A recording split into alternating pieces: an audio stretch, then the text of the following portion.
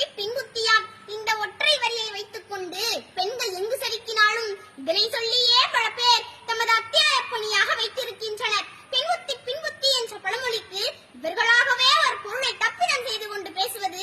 ஆக இதற்கு சரியான பொருள்தான் என்ன? பெண்புத்தி பின் வருவனவற்றை யோசித்து விட்டு சொல்லும் புத்தி என்பதைத்தான் பெண்புத்தி பின்புத்தி என்றார்கள். பெண்கள் எப்போதுமே எந்த ஒரு விடயமாக இருந்தாலும் அதன் பின்விளைவுகளை ஆராய்ந்தே முடிவுகள் எடுப்பார்கள்.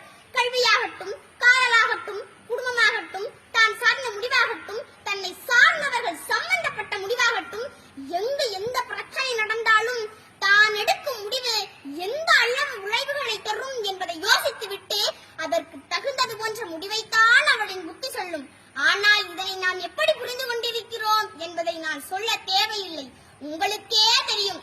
பெண்களை உயர்த்தி சொல்லப்பட்ட ஒரு பழமொழியை தவறாக புரிந்து கொண்டு பேதமை என்பது மாதற்கு அணிதலம், அறியாமை தான் பெண்ணுக்கு அழகு என்று தவறாக புரிந்து கொண்டிருக்கிறோம்.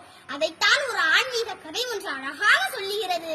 அசோகவனத்தில் சீதை இருக்கும் பொழுது அங்கிருந்த அரகிகளிடம் தப்பித்து வருவதற்கு சீதையால் முடியாமல் அல்ல.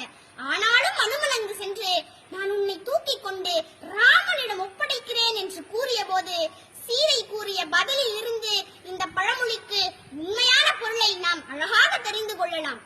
எப்படின்னு பாருங்க.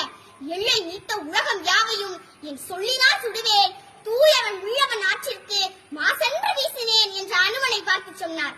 இந்த இடத்திலிருந்து நீ என்ன கூட்டிட்டு போகணும்னு அவசியம் இல்ல. வில்லவன் ஆற்றிற்கு, அதாவது